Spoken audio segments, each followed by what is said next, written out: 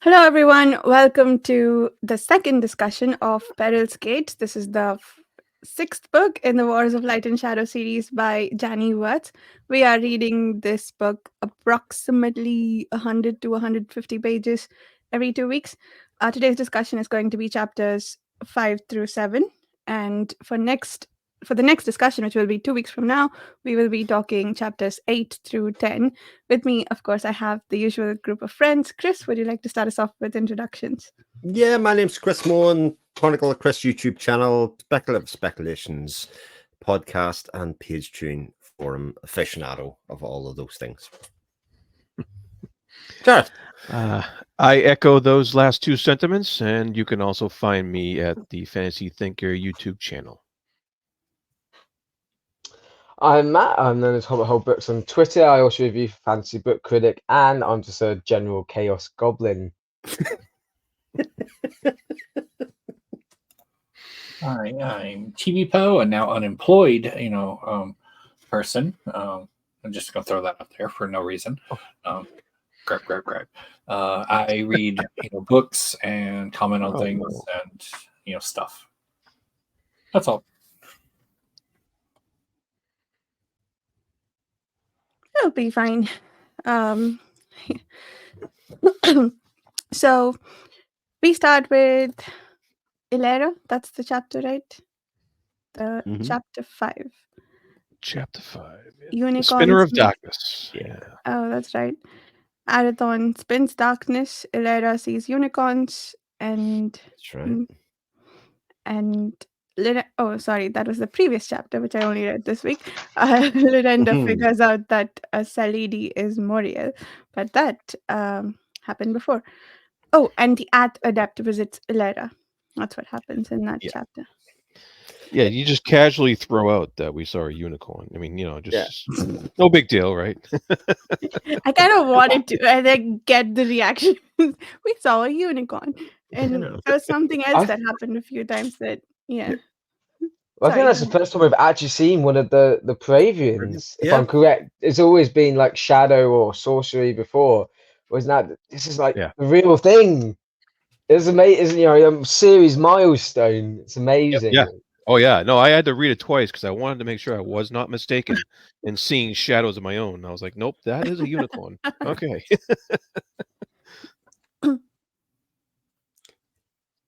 Chibi, were you saying something? In the flesh. First time. Yeah. I like how everybody else's reaction was the same. Like all the adepts were like, "Oh, what was that?" Like rewind that. It's like watching live TV. Rewind that just to see that.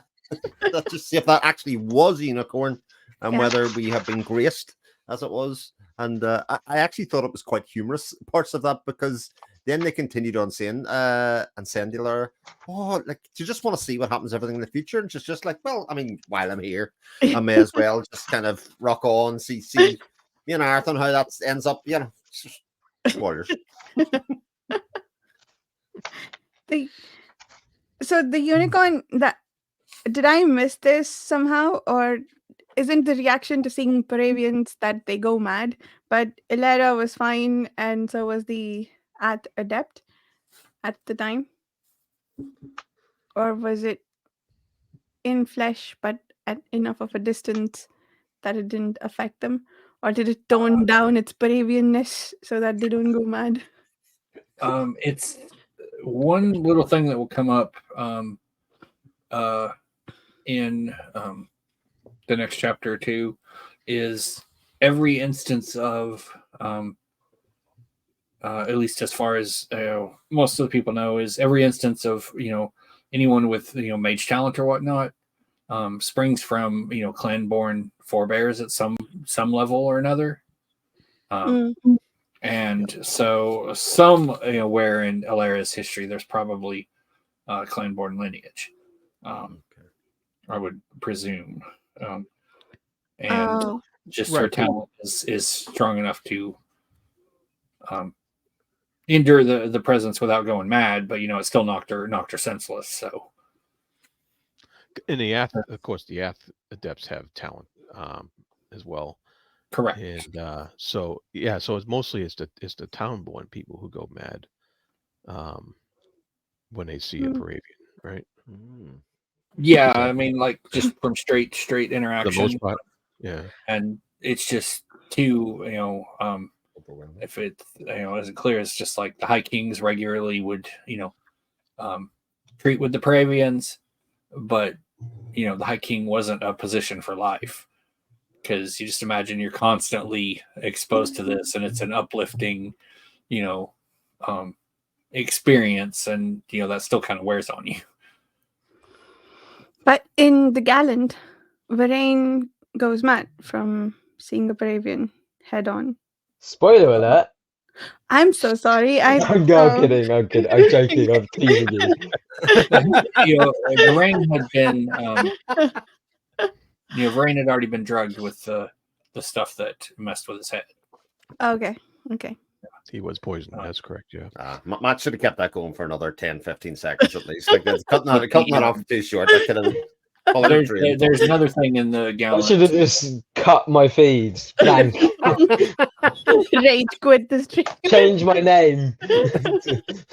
But yeah, there was another bit in The Gallant too about the effects that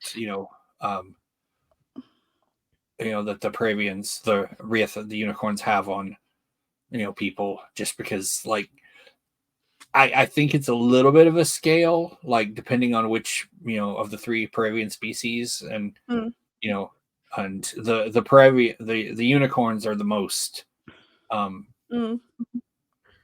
most direct, strongest, and the others are like not as impactful. Like they still still uplifts to be in their presence, but it's not as intense. Yeah. So Arathon's getting a raw deal out of the whole Paravians returning, because a unicorn will apparently kick him to death in the future, but Illyra gets blessed by one. What I loved here as well was like the sense of it's really kind of pushed in this narrative here of this sense of interconnectedness, that everything is connected, and I found that really beautiful. And this is going to be a scene that I know I'm going to keep coming back to and reading over and over again. But I was just constantly amazed by the writing, but what was going on. And then I just write it in my notes, and Janny's writing all these beautiful words, and I write, then Illyra tripped balls, and the unicorn came and blessed her, oddly via touching her breast with her horn, ? I don't know anymore. But the Paravians are finally starting to return. Yeah. So my notes don't do it justice, but this whole scene just had me like, oh my goodness, what is happening? Because what? Yeah, we're on a roll of inappropriate touching in these books, aren't we? Between the knees and the yeah. Sorry, Jed.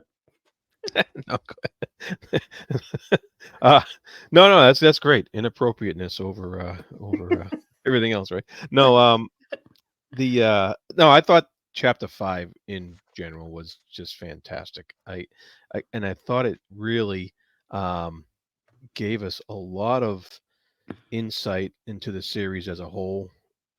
With you had Arathon talking when he was talking to the trapper, who was not giving him away to the soldiers and stuff, and his connection to the land and his subjects, I thought was really reinforced in this chapter, because he was away from the continent for quite a long time.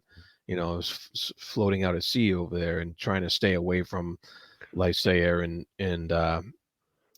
but so we kind of forgot about that his connection to the land is very strong, and to the and he has a high sense of duty towards his subjects, and so we're that's reinforced in this chapter, and I thought that was done very well, especially when he gives that little speech to him.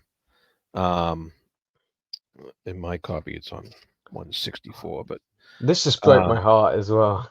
Yeah, and it's that speech, I could name you hero, gild a plaque in your memory that proclaims the cornerstone for a crown will stand in the strength of your sacrifice. but the truth casts down rhetoric. A man who holds hospitality sacred is worth much more to the land than a king. And I thought that was a very, just a deep, profound speech, and very moving. And I just like how that is the difference between him and Lysaea, where he's viewing that this guy's connection to the land is more important than his kingship over it, whereas Lysaea, of course, he's king first.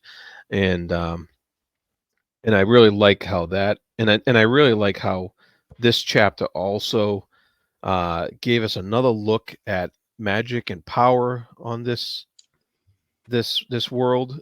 And how these adepts, we see how they wield Aethera's forces and they manage to stay out of mundane affairs, everyday affairs, and their use is very judicial, and it's very controlled and stuff. And their pledges for for sanctuary and what they can enhance someone who already has ability. They can focus that and give further enlightenment to that ability. And there was a lot of explanation in there about a lot of stuff filled in that you might have had questions about during the first 5 books in this series. So there's a lot of good stuff, but yet it was still open for more. And so I really liked this chapter for everything it did for the whole series so far. It's such a good point, that, Jared, because one of the things that happens quite a lot throughout the series is that we get fill-in backstory, like you've just said. But by the end of the chapter, it's not like an end point. It's like the wheels are still turning. It's just like we've stepped away from that scene for the moment, but that events have been set in motion because of that backfilling in. So, like in the case of chapter 5, certainly Allura's quest and movement towards being a more free individual in some ways, or taking control of her own destiny, is set in place by the events there. But we understand how it can happen now more than what it was before, because even Allura didn't really understand it before the start of the chapter in a lot of ways, and we see the mechanisms with which it's kind of come through. And I actually, from reading this chapter, I was kind of thinking a lot about, I'm sure many of us have seen it, is Janny's interview with Talking Story this week, about how she would often write herself into a corner and kind of say, right, and I sort of know where I want to go, but I'm going to get my characters to a point that I have to think about how I'm going to get them to resolve this, and maybe have to sleep in it for a week and kind of think, so give herself a really difficult situation. And I thought about that a lot over these 3 chapters, insofar as, okay, these aren't easy situations for people to get out of. And the same for Allura. How does she get out of the situation? We kind of thought from previous books that there was another mechanism that she was going to use, insofar as asking Sethvia or the Fellowship directly, but it seems like we're going a more roundabout way. All of that, it may end up there, etc., as we know. But like, everything's always moving, everything's always happening in the background, and while we jump from person to person, time passes, and I think that's one of the great strengths of the thing in general, because there was that point where we're reminded that Arthur's 50 in these chapters as well. Like 50 years have passed, and how time progresses and how time moves. We see Jared aging, we see everybody aging, and we get a sense of the kind of scale that we're talking about here constantly. Yeah, and you're right that there's so many forces at work throughout the world that you're not seeing the immediate effects or the immediate efficacy of it, until you get this little hint thrown at you that this stuff is happening that doesn't involve the main characters we're looking at, and like you said, all the moving parts are still moving and they're still doing stuff. And this chapter really, I thought, nailed that down well and gave us that sense. And I really like it, and I really like the further explanation of why Dakar never became a sorcerer. Yes, He's just a spellbinder. He says that's all he is, and he doesn't have that. He doesn't have that ability to take that next step. And I thought that was really cool how that was finally like explained, because I know we've questioned quite a few times along the way here, what's this guy been doing for 500 years, and so I was just glad to see to get a little more info about that, and it was really cool. Yeah. And that last little bit that with Dakar, like that really kind of broke my heart. And looking back at how far he's come, and I mean, I was never on the bandwagon of, oh, I don't like Dakar from Curse and Mistwraith, he's just a bumbling oaf. I quite found it quite amusing, but then of course in Ships he developed, Yeah. and he's such a.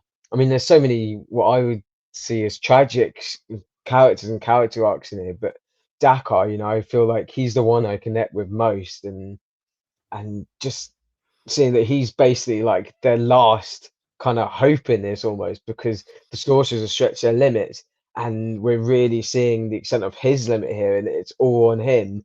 And you're kind of like, wow, here's this guy who has like no self-esteem, who drinks himself into a stupor because he can't face the facts of himself and the mistakes that he's made, and now he's pretty much got the fate of the universe on his shoulders, really, because the rest of them are too busy trying to save the universe as well, and that really kind of hit home in this chapter. And then he's got this pesky kid trying to like interrupt his spells at the same time, like it's not it's not easy, and to balance that balance of humor and pathos is just brilliant there. And yeah, when Dakar inevitably come to his emotional conclusion, like, oh, it's gonna get me, I think. Yeah. I think we see some growth in Dakar as well, because you get that in through his exchanges with Theon, how he sees, and he's quick to anger. That's one of the things that's so funny about Dakar as well. He goes from 0 to 100 like instantly over menial nothing things sometimes, but he's it goes off on one. But he kind of sees that he's starting to judge Theon, and then reflects and goes, "It's me." That was me not so long ago in exactly the same position, thinking Arathon was the curse of all evil, and rather than seeing the individual and the circumstances, you kind of seen the person there. So that is right. Yep. Yeah, I did really laugh out loud. And I think what made it really effective was that it was at a page turn, which I think increased the impact of that, because at the end of that page he was going into a trance and it's like, oh, what is he going to see? And then, and then he gets kicked out of it at the beginning of the next page. But yeah, back to the at adepts real quick. I think there's something about how they are described that just their presence on the page gives me a sense of calm, if that even makes sense. Like how they have this little golden light shining around them, and they how they dress, how they move. I think just it's not explicit on the page at all, but I feel calmness that they're here, things will be okay. Maybe it has something to do with the fact that they're taking care of fellowship sorcerers. They are helping them heal, and they're taking care of them, and so that sort of fans out. If they can do that, if the fellowship sorcerers can rely on them for that, then the rest of the world is going to be fine in their hands.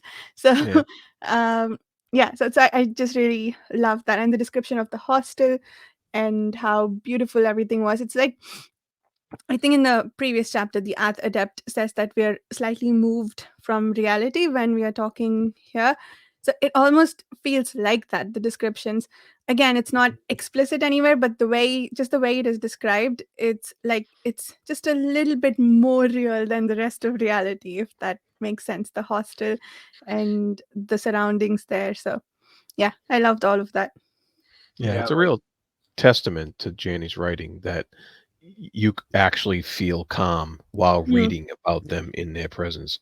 Like it's just ink on paper, but it's the writing that she puts forth that actually you feel calm when you're reading about them, and that's incredible. It's incredible how she can do that. Yeah, I like this part just for because it's some of the best stuff I've read in here. Or some really beautiful stuff. It's like May's confusion reformed into shapes that had meaning, and she realized he still walked beside her. His flesh had acquired a glow that shed sparks, as though his moving presence was surrounded by thousands of swarming fireflies. Alara wept for the sheer beauty of his face, and her tears fell as moonstones and diamonds. She glanced downward to see where they lit, or if they would splash upon landing, and saw herself changed. The sturdy boots she had worn in the mountains were gone, her leggings and wool clothing along with them. As though dreaming, she had been reclad in silk that shimmered in changing colors, now peacock blue, now green and gold, now moon silver and iridescence. Her bare feet were embraced in cool grass strung silver with dew, the flesh gone pearlescent and strange. Nor did she stand under a roof any longer. The sky overhead glimmered with starlight. Around her, a twilight grove of tall trees sheltered bell-shaped white flowers that shed a perfume of enchantment. Set like a veined opal amid fragrant turf, a melodious spring trickled over a bed of white stones. Wow. I'm relaxed. Yeah, I just shut my eyes. Yeah.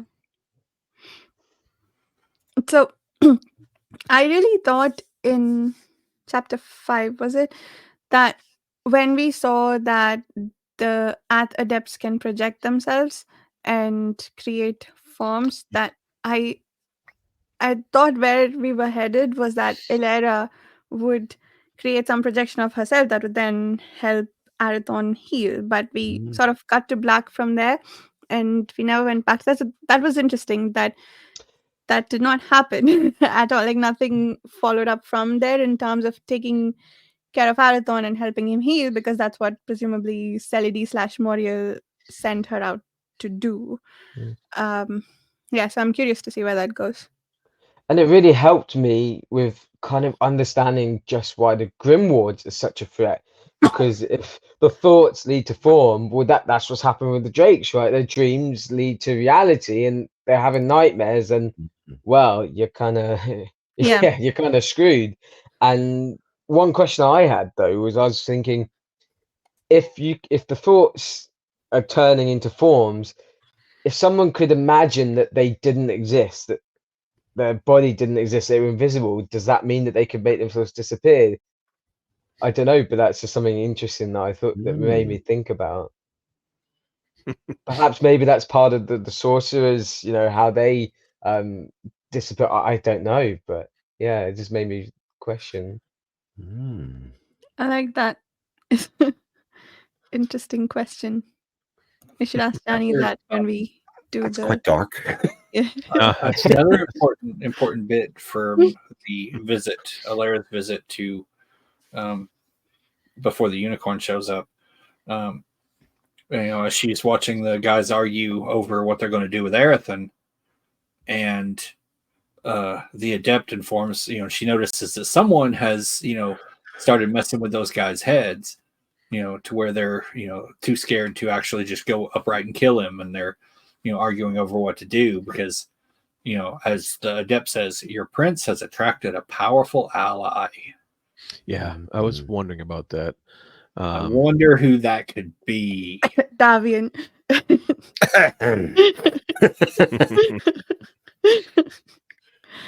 Davian eagles just all over the place. And did Sadhvir say that he's left his lair and now he's wild in the world and he's not just... So when did that happen? Was it the first time we saw the eagle? Because I thought we saw that even when he was just in his trance thing and look in Grand Conspiracy, then also we saw an eagle, right? Except he was also still inside the cavern. And we see him, I'm not sure if it's before or later, but we saw him kind of watching the events with Arathon as well. So he's clearly keeping a very close eye at the minute. He's certainly got an interest. I like how these use of birds is code for people at this stage, between that and then the raven later on for Traith, and how these signs are the things that are getting linked to character moments that you foresee coming, and that we don't, you kind of go 5 pages before it goes, by the way, this is Traith, or whatever else happening. Yeah. If I remember right, they salute him as well. They salute Davian, the adept. So there's clearly some form of respect there, which I wonder how the Fellowship feels about that, since he's, you know, the betrayer. Yeah. Whatever he betrayed, maybe he just, I don't know. I don't know. It's starting to feel a wee bit WWE, isn't it? You know, when there's a big Yeah. fight going to go on, and that's going to be the music's going to start and say, "Who's that entering the ring?" Davian the betrayer. What did he do? Oh, I made my tea with 2 sugars instead of 1. Yeah. That dastardly bastard. He's taking his lumps.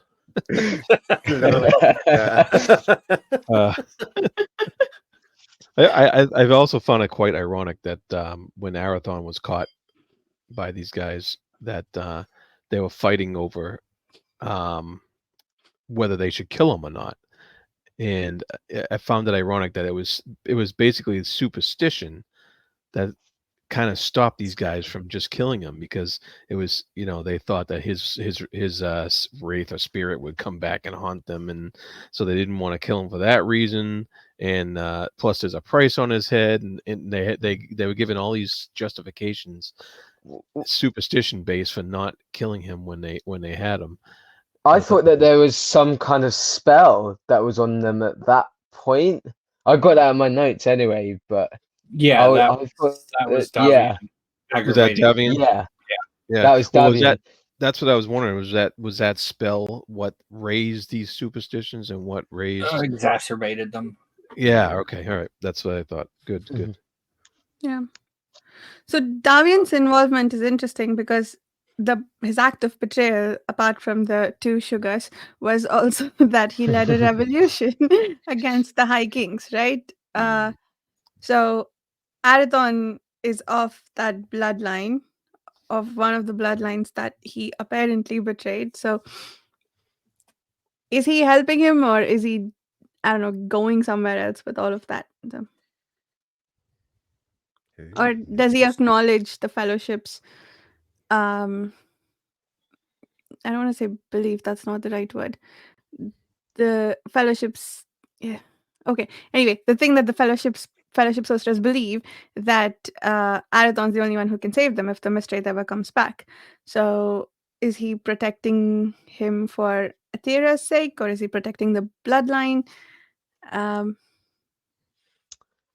I get the sense, and this is just complete conjecture. This is just, I don't know, me making up stuff. But I feel that maybe he's a bit like the egotistical one in the boy band that goes, "I'm gonna go off my own, do my solo thing. I've grown out of this childish boy band, you know. I want to do proper songs now, do my own thing." But actually, I think he's got a bit of an ego about him, but also I think maybe he is actually right potentially. So he is a bit. He seems very headstrong. That's the perception I get. But maybe he is actually right, even if he's a bit of an egotist. But of course, we really haven't got much to go off at this point. This is interesting because this will be lost on the other 3 that are going. You're saying here that Davian the Betrayer is Robbie Williams. Is that what you're saying? Yeah, the guy that much, yeah. People thought he had no talent, that he'd be jam without all of the rest of the guys together, and then he went off and made a big success for himself. He's going to write a song called Unicorns, Not Angels. Rock DJ was about something else. I have no idea what you guys are talking about. Oh, that's a rabbit hole. To us, that's wild, because that's so big. You sort of think everyone knows who Take That, Robbie Williams. Headline news over here. I know, I hear him every day at work. You can't escape him. There's even a Netflix documentary with him sitting in his bed. That's literally all he does. And it's like big hit in Netflix. I don't know. There you go. Wow. Anyway, got off the point a little bit. Yeah. But I like the metaphor for it, or the simile for it, you know. Metaphor and simile anymore without thinking about something else. The other thing that I thought, like, for everything that happens in chapter 5, you've alluded to some of this already. There's quite a lot of humor in it. It's normal. Like the trapper when he goes, just tell me you're not a royal and everything will be okay. And he avoids the question the first time, and then he says, but are you royal? Like, well. One of my favorite bits was when he compares Dakar's ability to unfavorably to a rusty post, and then when Theon he does the ritual, and when Theon's sort of like, well, what dark sorcery is this? He's like, it's a ritual involving blood. It's not a blood ritual. There's blood here, but it's not some cannibalistic thing. Yeah, so much humor, and especially in chapter 5, I think it kind of it bounces all over the place. Yeah. Oh boy. Chapter 1 done. There you go. Yeah. Well, I do like in chapter 6 how we got some reminders about some Halaron's words. Yes, Stuff I like that a lot. Yeah. That was pretty cool, and it told us his unsettling words had lingered with the stone talisman that the prince was carrying, Prince Kevor, and that as a true scion of Halduin's line, and your Sillicid father is false.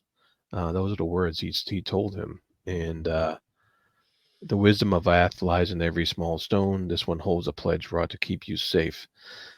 So those were Halloran's words to somebody, to Alara, and so it was interesting that came back into play later on, because I think Alara is the one who gave Kevor the stone in an earlier book, right?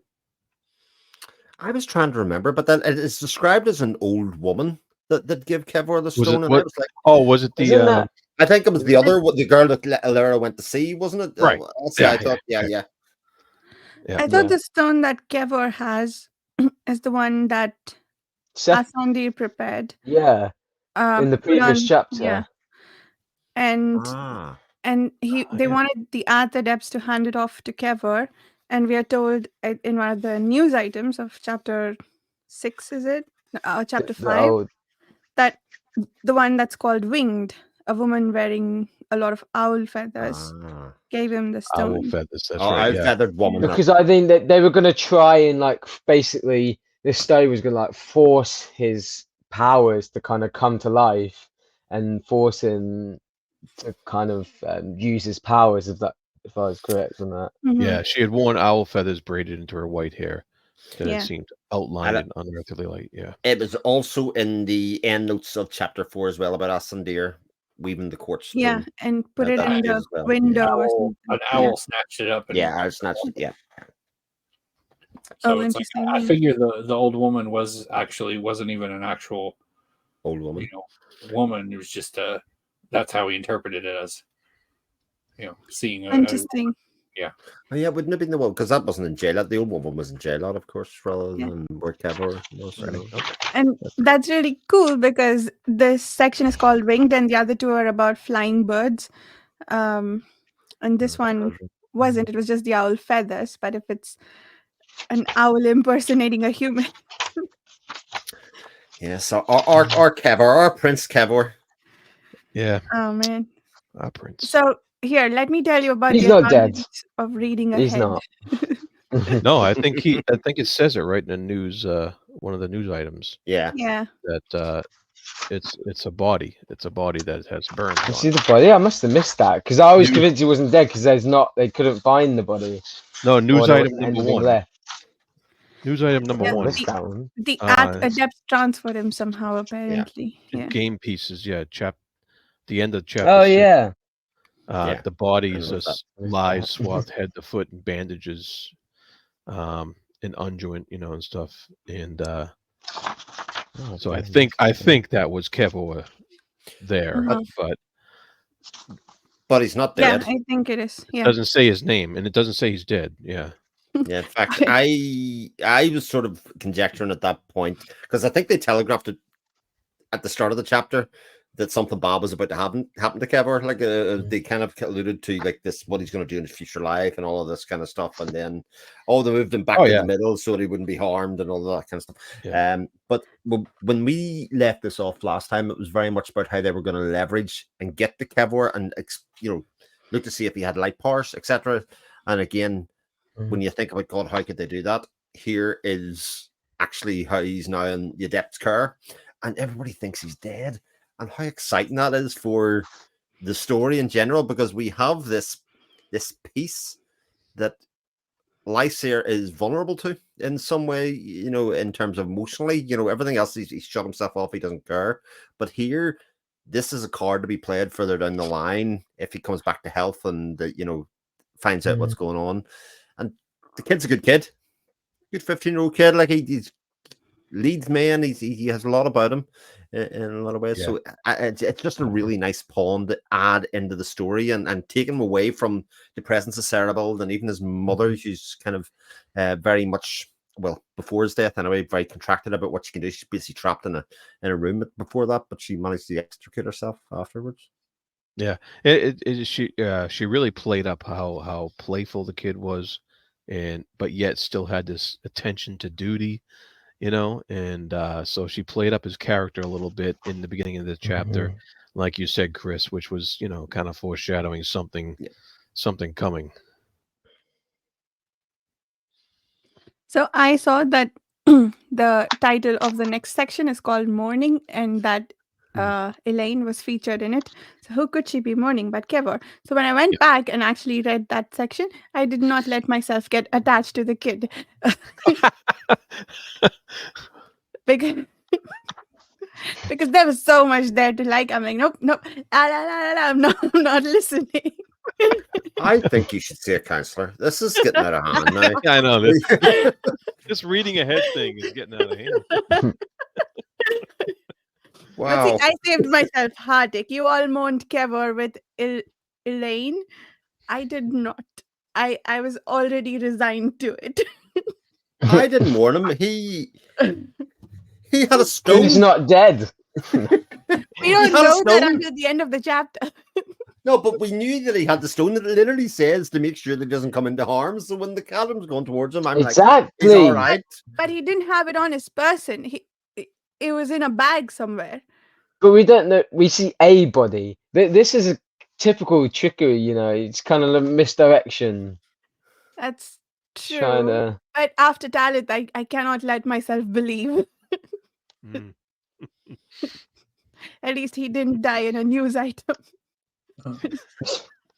That chapter put me in a bad mood. So savage. I was sad. It put me in a bad mood. Very effective, but it put me in a bad mood.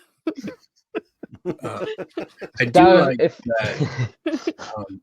Prior to Alara seeing the unicorn, and Earthen gets captured and everything, but we see that Earthen, it's entirely predictable that Earthen gets captured because it's his own inborn, his own, characteristics and personality. Because, if he had just let Ithamon do its thing, he wouldn't have had to deal with these guys at all. Because the defenses were like, oh yeah, these guys are attacking the Crown Prince. We don't like that.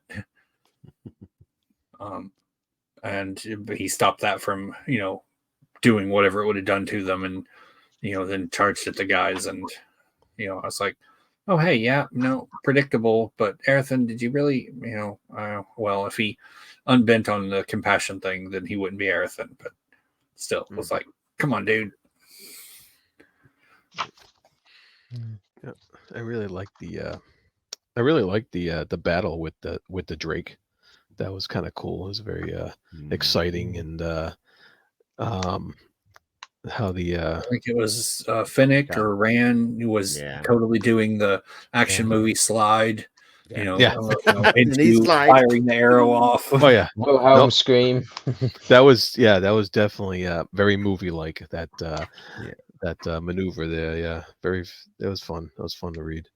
And so Elaine, immediately tries to take charge as soon as she finds out about her son's death, and then at the one of the second news item there is she takes off, right? She's disappeared or what have you, and I'm very interested in what she's up to and where she's going after this. Here's my theory, right? So here's what I'd love to happen. Yeah. We're coming to the end, the clash of light against shadow, and suddenly all is looking lost. And suddenly, over the top of the hill, you just see Dame Dower and Elaine come along. There you go, all the women come along, and they show the men how it's done. She's probably could run off to Dame Dower. Yeah, That would be amazing. I don't think that'll happen, but that'd be really cool. with Granny Sabridian as well. Like, she's got to come back. We're missing her Yeah, as well. yeah, She's that's another the one. one. Yeah. Join forces and save the day. I will give you this. Not so much this book, but you will see lots of Dame Dower and the Sabridian in the next two books. Nice. Yes. I said to Janny, I was missing them. I'm missing the Sabridian brothers. Yeah. There's such an intense focus on Aretha and everyone, and now I'm like, okay, I love this, but I want to get back to the others as well. But I did love seeing the love between Shira and Aretha in this chapter. The brotherhood. I think that's the first time it really kind of hit home for me, and the way that Shira just kind of looks after Aretha when he's at his most broken, and he hasn't seen Aretha for like 15 since goodness knows when. Yeah, decades at this point, and he's at his lowest moment, and he does everything for his liege lord, and just that sense of brotherhood. It's just that really spoke to me in this chapter.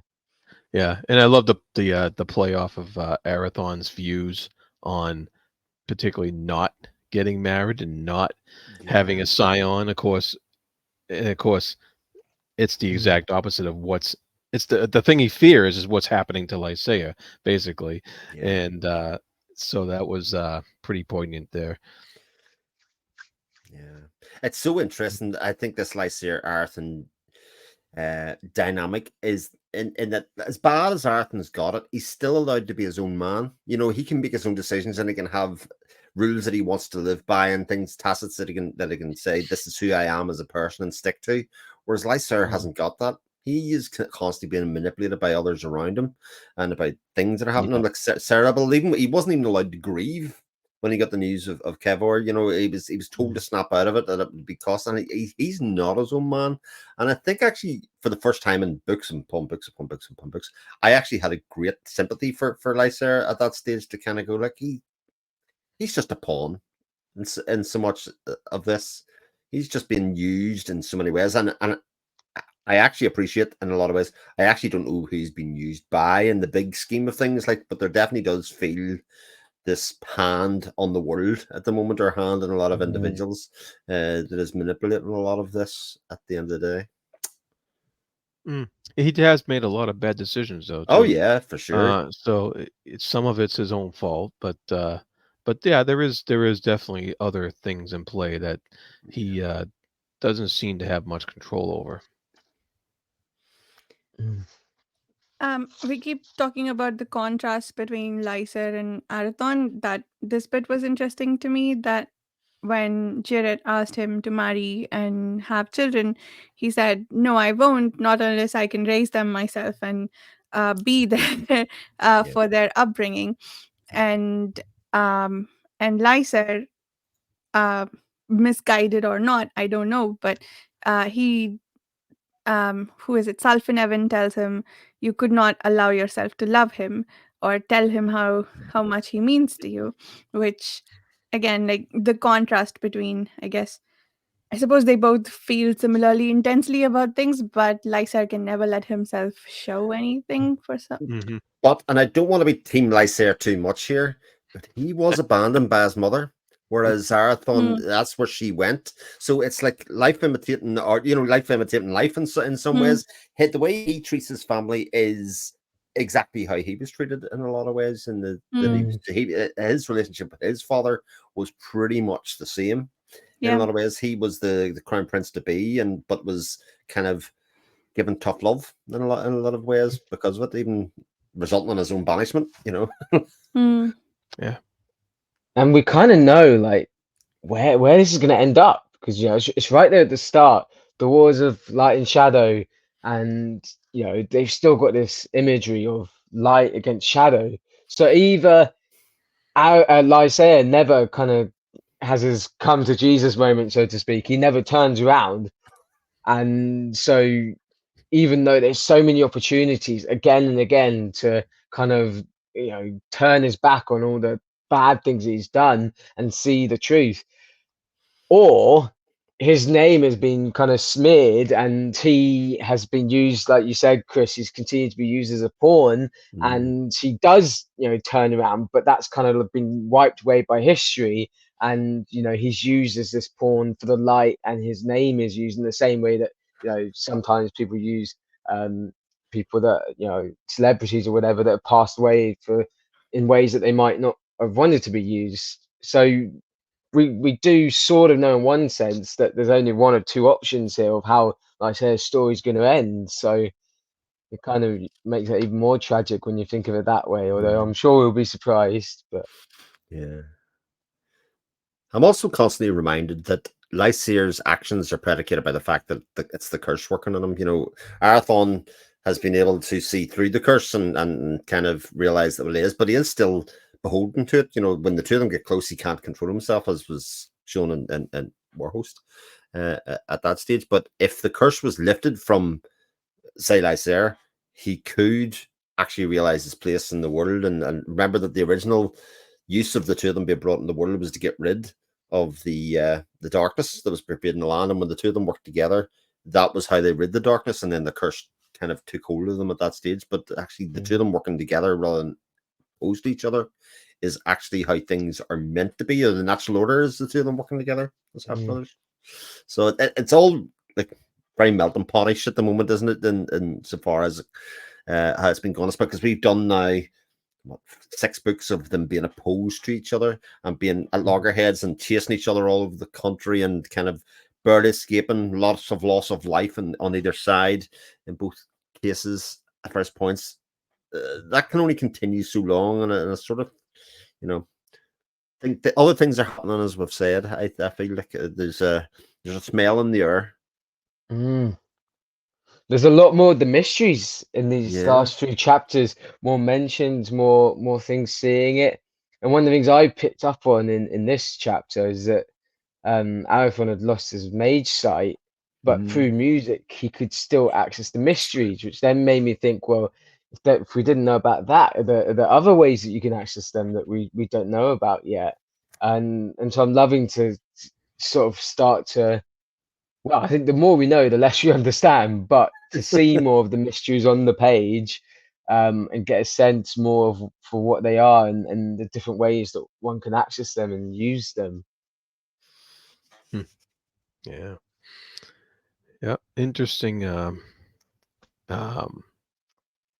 misstep in chapter 7 there during that crossing section, where he's trying to recover Jarrett from the the herbs and whatever he gave him to make him try to get the mage sight. And the people who were trying to they were yelling at him because they think he's killing their chieftain there. And but somebody broke the ward that he set up, and it said the price of that misstep could not be measured, and its penalty will fall in the future. And I was like, oh man, what is that going to be? Like, what's that price right there going to be? That's a question for upcoming chapters, and I don't know if that's going to get answered right away or not. But I was like a little on guard here. I'm like, oh no.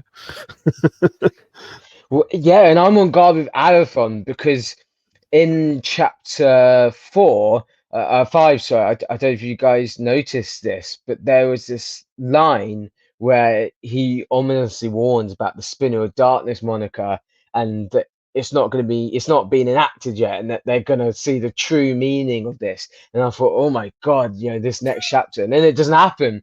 But then we see it here, so we know that it's still coming. And then here, one of the things that I really picked up on and got hung up over quite a bit was about this battle between the two oaths that Arathon has made, because he's trying to save Jiret, but he's basically saying to the guy, "Go, come on, then kill me." Well, then I had the question of, well, what oath takes precedence? His oath to Jiret to protect him, or his oath to the Fellowship to protect the world and not basically stay alive as in any way possible? And it kind of really shows the extent that Arathon is willing to go to for his friends, that he's basically willing to doom the entire world just to save his clan chieftain. And that really struck me and made me think, wow, how far would he go? And that spinner of darkness, that's ticking in my mind now. When that's gonna happen. Oh. With that scene, I think it wasn't that they were in conflict. It was, that they were intersecting, because the requirement, of the oath sworn at Aether to Asandir was to survive by any expedient possible. And in this instance, that requires, with what he's planned, requires Jiret to be alive. So it is very true. That's true. Yeah. Because if Jiret would have died, execute his plan. Yeah. But what if the guy? Because the thing that I got stuck on was that, well, he didn't know that he hasn't got this amazing foresight. He knows the guy's not going to kill him. What happens if the guy kills him and it doesn't work out? He was taking a bit of a gamble there, right? Yeah. But he is. But if Jiret dies, they're going to kill him anyways. Which is a bit of a catch-22, isn't it? Yeah, right. It's kind of doomed either way. Yeah, he was bluffing, to an extent, with the only thing that he had to, the only stake he had. He's like, well, then go ahead and kill him to make them back down. So, but it's so ironic, because they're actually on a death mission. Like, they are going to basically throw their bodies in the way of Lysair's army to let Arathon escape. Like, they are all going to die, essentially. Jiret and all the rest of the clan, as War Clan, at that stage. Maybe Jiret hasn't shared that with everybody at that stage, but that is the mission that they're on. So, like, if to them, even though it can be averted, Arathon's involved, he's got a plan, as he always does. They are essentially going to last another chapter or two. I did think it was interestingly highlighted that even among the clans, the use of mage talent and mage abilities is still a mystery, as it were, because they were all like, he was drugged, how is he up and about? And Arathon had explained it to Jiret, and it's just like, yeah, no, it's just I learned to do that when I had access to my mage talents, and it's just reflex. Yeah, he's able to purge himself of poisons and stuff. Yeah, it's pretty interesting. Yeah. One of the interesting things that was on my mind towards the end of this chapter was, it was mentioned in one of the paragraphs here that the how many sons and daughters of Nashir had died in defense of their prince, and how many people have died for this one person to keep going. This general theme, which I think runs through a lot of fantasy novels that have chosen ones, or people of importance, in this general theory that the cost of one life over many. And you see how Janny's playing with that general theme throughout this whole series, and how that's not something that's directly equated to the real world in a lot of cases, and that's definitely a heavy theme in fantasy, where one person has that much influence over the world that the cost of the sacrifice of many is required in order for that person to fulfill a certain destiny or a certain role in the fate of the world. And that was just something that came up at the end of this chapter that was reinforced. It's a common fantasy trope, but it's so well done right here. And because you feel the price of that it's really heavy in these books as compared to some other ones where it's kind of just a bunch of people died, but I'm alive, and so I'm gonna win, but but this book, you just feel the price of that cost of the many for the survival of one much more than you do in a lot of other fantasy stories. Yeah, that's my theory for the day. No, definitely something to think about. I like that. Are there any? Did we cover everything? Is there more? Jared had 300 pages of notes. That's true. Yeah. I did like the scene with Jared and Traith. I mean, that was a great scene with them when they went and chatted with the Raven and stuff like that. That was a really vivid, another dreamlike sequence, but again extremely vivid and well described, and it kind of set a lot of things in motion there. That obviously, as soon as they got the Arathon, were kind of like, well, I have my own ideas, as Arathon always does, in some ways, but it definitely seemed like there was an interference again from the Fellowship in ways that they haven't done before this portion of the story. They've been very hands-off and very not involved, and between the Adepts and now the Fellowship Sorcerers and Davian himself, everybody's become much more involved in the fate of Arathon, especially, and Allura to another extent.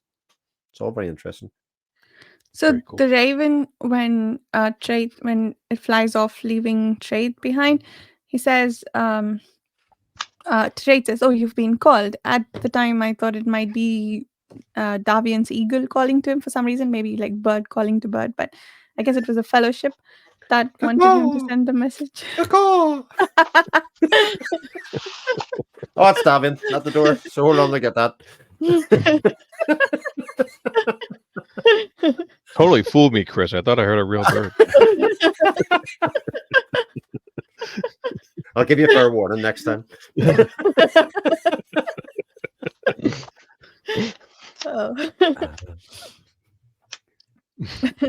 Yeah, very cool stuff. Very cool stuff. This is a serious discussion. Yes. Yeah, we're all scholars of literature here. Yes, indeed. That's why Varsha never finishes her pages. She's too busy combing the lines. That's right. Yeah. Picking all the things out us mere mortals haven't yet, Well, I did have a question about the last chapter, the second news item, the one Varsha hasn't read yet.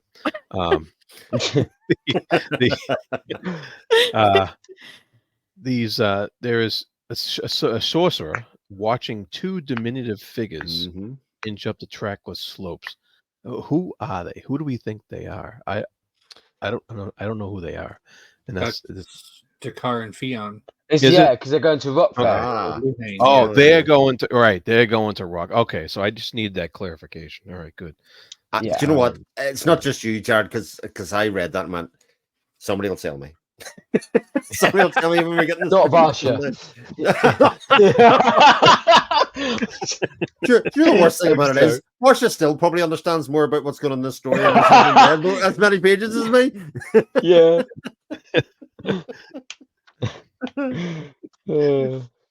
No, so Chris is relying on the talks to understand the text. I get it. Okay.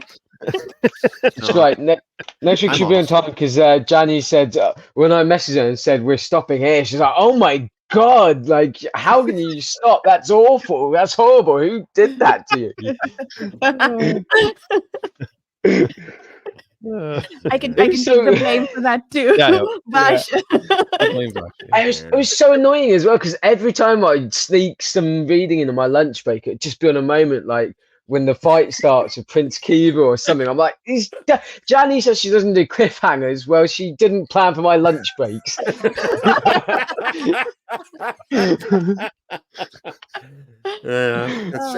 just that whole thing. If it wasn't for work and life and all those things, I could make really good progress on my life goals. I read books. Oh man. man. And really cool was the third news item in that last chapter, where you have the crystal with that Ilera has. Yeah. It's going to be set into headlong conflict with the practices of your order. And I thought that was like, ooh, good. Dun, dun. Good. Let's do this. That's the one I'm interested As in. if she hasn't been already. Yeah, right.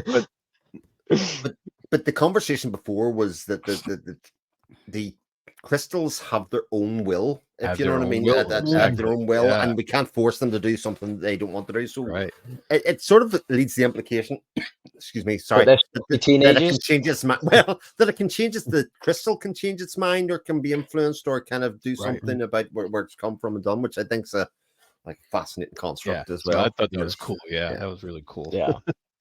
Yeah, we kind of saw that a little bit in the Grand Conspiracy. It was in Grand Conspiracy, right? Or am I thinking of this book? When that old lady helped.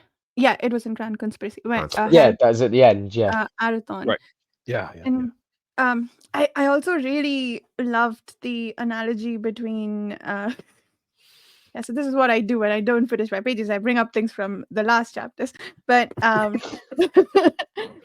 the comparison that the Adept made between a horse that is brought there by a clan spawn person and a horse that has been like bullied and saddled and brought into the hostel, and one leaves because it wants to be free and the other doesn't, and equated that with how the crystals behave. So what was my point? Yeah, Ilera, I guess at that point we could expect that the crystal that Ilera had wouldn't have changed if she had taken it with her hostel, right? To the hostel, but she sent it back to the Koryani order anyway. Yeah, anyway, I like the whole idea of the stones having their own will, and that it's not necessary that entering a hostel will change you. It's only that the whatever freedoms you don't have might come back to you, which is interesting in the context of tell me if this was already addressed in the last 10 pages, but the fact that the Koryani enchantresses are bound by their order, and a lot of them were forced to do so. Like Ilera in many ways is as much of a victim as Fionn, because she was taken when she was very young and forced into the order without really knowing what she was getting into. So does it mean, but then there is the added complexity that the crystals that the Koryani use aren't bound to Athira, so they may not be subject to the same laws as the one, so they may not be influenced on Athira, I guess. So yeah, I wonder how that will all play out. Long speech without making a point. Sorry. I really just want to lie to you and say it. That was all addressed in the last 15 pages. Then you'd break my heart, and I'd send you a very angry note that when I do get to it, because nobody believes you do angry, Varsha. Like I don't never sounded so British, Varsha. An angry note. Strongly worded letter, yeah. Yeah. Next, she'll be queuing to put it in the post box.